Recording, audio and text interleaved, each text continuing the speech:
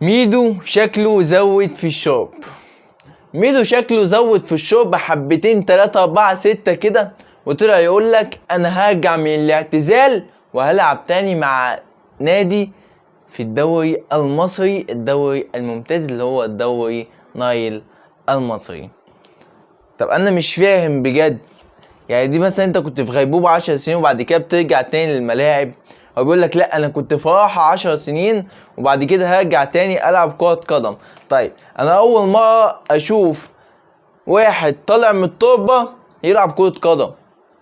انا عارف ان اللي بيطلع من التربة بيطلع عشان يتحاسب، غير كده معرفش وما شفتش. قبل الحكاية ورواية لا ننسى دوما الدعاء لاخواتنا في فلسطين، ربنا يرحم جميع اخواتنا في فلسطين ويصبر اهاليهم يا رب العالمين وينصرهم نصرا عزيزا مؤزرا. طيب دلوقتي ميدو بيقولك انا هرجع من الاعتزال. هترجع من الاعتزال تلعب مع مين؟ هيلعب مع نادي القناة اللي هو صاعد حديثا للدوري الممتاز. طيب ازاي انت واحد او عندك 41 سنة تلعب ايه؟ في حاجة غلط والله، في حاجة مش مظبوطة. هو طبعا مارادونا عملها قبل كده ورجع من الاعتزال وطلع كان شايب حاجة، كان واخد منشطات واتقفش في الاخر واتفضح عالميا. بس انت مش مارادونا، انت مش مارادونا وطلع برضه واخد منشطات.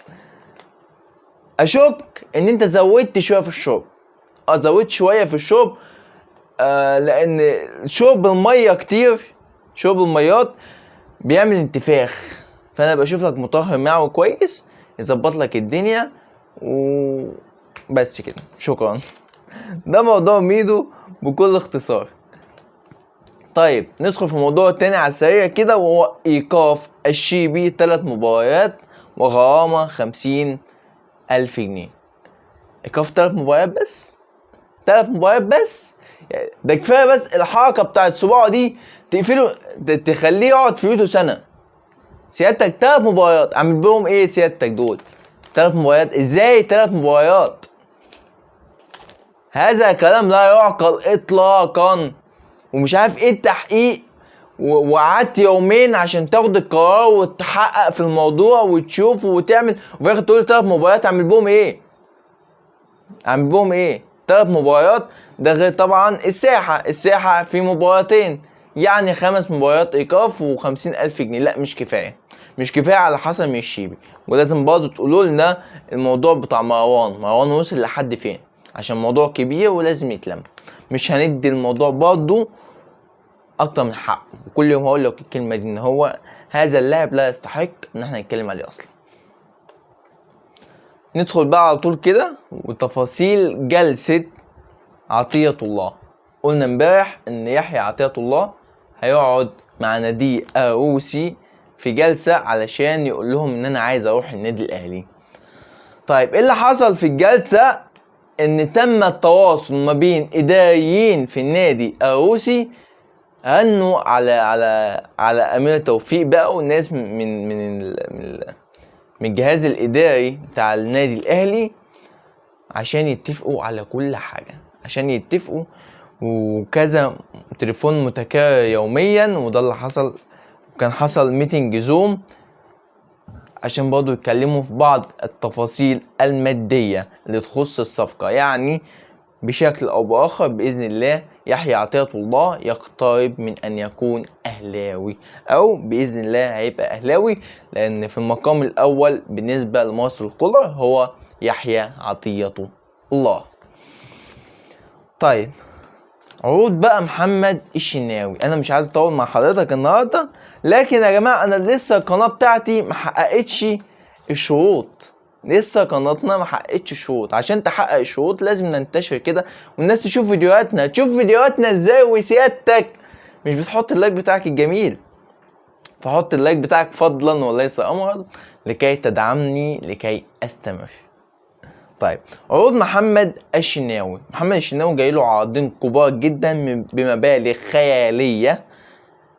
النادي الاول نادي نيوم السعودي اللي بيلعب في الدرجه الثانيه اللي هو طبعا نادي كبير ومعروف جدا في السعودية، بيلعب فيه مارينيو وحجازي انتقل حديثا إليه. وبرضه نادي تاني وهو نادي ضمك اللي بيلعب في دوري روشن السعودي الممتاز.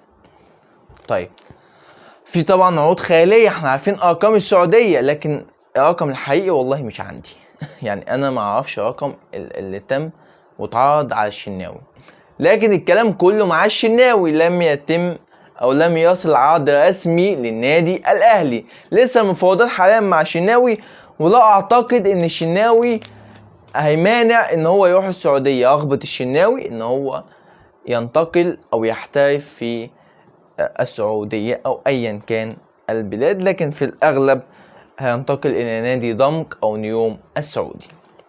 والنادي الاهلي مرحب جدا بخروج محمد الشناوي. لكن السؤال هنا بالنسبة لي، لو محمد الشناوي مشي، مصطفى شوبير طبعا متألق، هيبقى هو الحارس الاساسي ولاعب كويس جدا ومتألق جدا. طيب مثلا لا قدر الله لو شوبير اتصاب وحصل اي حاجه، او مثلا قل مستواه، ده متوقع، ده طبيعي يعني في كره القدم، قل مستواه او حصل اي ظرف لا قدر الله، مين هيبقى قاعد على الدكه؟ مين هيقعد على دكه النادي الاهلي؟ يعني قول مثلا الحارس التاني هيقف، الزنفولي هيقف، مين هيبقى دكه الزنفولي؟ مفيش، ما عندكش. تقوليش بقى مخلوف والجماعه دول، ما عندكش. مش بقلل من حد والله، لكن النادي الاهلي محتاج كواليتي اعلى بكتير. فبرضه هم بيفكروا في النقطة دي، نقطة ماذا لو غادر الشناوي، هنعمل ايه بعد كده؟ طيب ندخل بقى على الموضوع تاني عشان ما نأخرش عليكم. وعمرو السولية، عمرو السولية جايله عرض كبير جدا من نادي ايه بقى؟ من نادي ليبي. عرض السولية من نادي ليبي، نادي السويحلي الليبي، اسمه غريب جدا. نادي السويحلي الليبي مقدم عرض للسولية 600,000 دولار في الموسم. هو مقدم عرض موسمين، 600,000 دولار في الموسم. يا جماعة على فكرة ليبيا فيها فلوس كتير جدا وبيدفعوا مبالغ مهولة في اللاعبين. يعني 600,000 دولار ده رقم مبدئي بيقدمه للنادي الأهلي. 600,000 دولار رقم كبير جدا، وممكن يوصل ل1,000,000 دولار في الموسم للسولية. لكن رغبة السولية ان هو يكمل مع النادي الاهلي، ولحد دلوقتي السولية فري، يعني يقدر يروح من بدون اي مبالغ. لكن السولية رغبته ان هو يكمل مع النادي الاهلي، ولسه برضه ممكن يجد جديد ونشوف ان السولية ينتقل الى النادي السويحلي. طبعا اهم حاجة مصلحة اللاعب، ودي وجهة نظر الاهلي، اهم حاجة مصلحة اللاعب. وكان في برضه عرض من نادي بيراميدز للسولية، وكان بمبلغ كبير جدا، كان تقريبا 30 مليون جنيه في الموسم، لكن السولية رفض. يعني ما اعتقدش برضه ان هو ممكن يوافق بنادي السويحلي الليبي. وكان برضه مقدم عرض للقندوسي، نفس النادي السويحلي كان حاليا بيحاول يفاوض القندوسي بعد طبعا فشل انتقاله لنادي القادسية. طيب في بقى حاجة تانية عايزين نتكلم عليها دلوقتي. عارفين كلنا ان في مباراة مهمة جدا النهاردة بالليل، هي مباراة بيراميدز والزمالك، وفي نفس الوقت المباراة اللي هو الساعة 9 هيبقى في ماتش الاهلي والنادي المصري. طيب دلوقتي نادي الزمالك عنده مشكلة، او احنا كاهلاويه عندنا مشكلة. المشكلة ان محمد صبحي حصل له تمزق في الكتف او شاخ في الكتف، ويغيب 4 أسابيع، يعني شهر بالتأهيل. وعندك واحد برضو زي العواد إصابة، هنقول إصابة، هو مش عايز يجدد، هو بيخلع من التجديد، فايه هنقول إصابة. طيب هنعمل ايه كده؟ الزمالك ممكن يشيل بالكوم ان مفيش حارس. مين هيقف؟ محمود الشناوي. مين محمود الشناوي؟ لاعب صاعد، هيصعدوه من الناشئين. محمود الشناوي انا مش عارف جت معاهم ازاي، وهو الحارس الثالث في نادي الزمالك. هيبقى يعني 3 شناوي في الدوري المصري، محمود الشناوي ومحمد الشناوي واحمد الشناوي. يعني هنشوف النهارده بالليل 2 شناوي في الملعب، احمد الشناوي ومحمود الشناوي. اتمنى ان نادي الزمالك يتألق في المباراة دي لكي يتفوق نادي الاهلي على نادي بيراميدز في ترتيب الدوري. لكن فعلا المباراة مش فارقة لنادي الزمالك، وفي بوستات كتير جدا بتطلع لا الزمالك يكسب ليه؟